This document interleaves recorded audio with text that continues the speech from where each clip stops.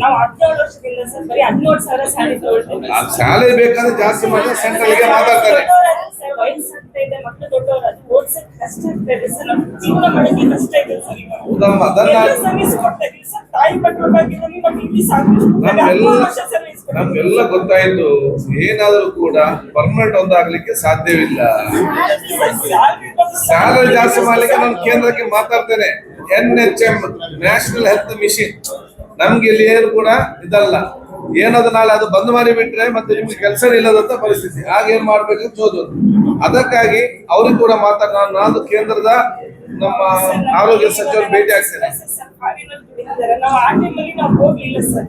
ಏನೋ ಇಲ್ಲಿ ನಮ್ಮ ಊರ್ ಕಡೆ ಮಾಡ್ತಿದ್ರೆ ಇವತ್ತಲ್ಲೂ ನಾಳೆ ಪರ್ಮನೆಂಟ್ ಆಗುತ್ತೆ ಅಂತ ಇದೇ ಮನೋಭಾವನೆಯಿಂದ ನಮ್ಮ ಮನಸ್ಸು ಇಚ್ಛೆ ಸರ್. ನಮ್ಗೆಲ್ಲ ಸರ್ವಿಸ್ ಕೊಟ್ಟಿದ್ದೀವಿ ಸರ್ ಇಲ್ಲಿ. ಅದಮ್ಮ, ಅದಕ್ಕೆ ನಿಮ್ಮ ನೋವೆಲ್ಲ ನಮ್ಗೆ ಗೊತ್ತಾಗ್ತದೆ. ಹೇಗೆ ಅಂತ ನನ್ನ ಫ್ರೆಂಡ್ ಇದ್ದ, ಅವನಿಗೆ ಅಮೆರಿಕದ ನಾನು ಅಲ್ಲಿ ಹೋಗ್ತಿದ್ದೆ, ಮರಿ ML ನನಗೆ ಎಂತ ಬೇಕಿತ್ತು ಅಂತ ಹೇಳಿ. ಅದು ಆಗ್ತದ? ಈಗ ನಮ್ಮ ಪರಿಸ್ಥಿತಿ, ನೀವು NHM ಅಲ್ಲಿ ಇದ್ದೀರಿ.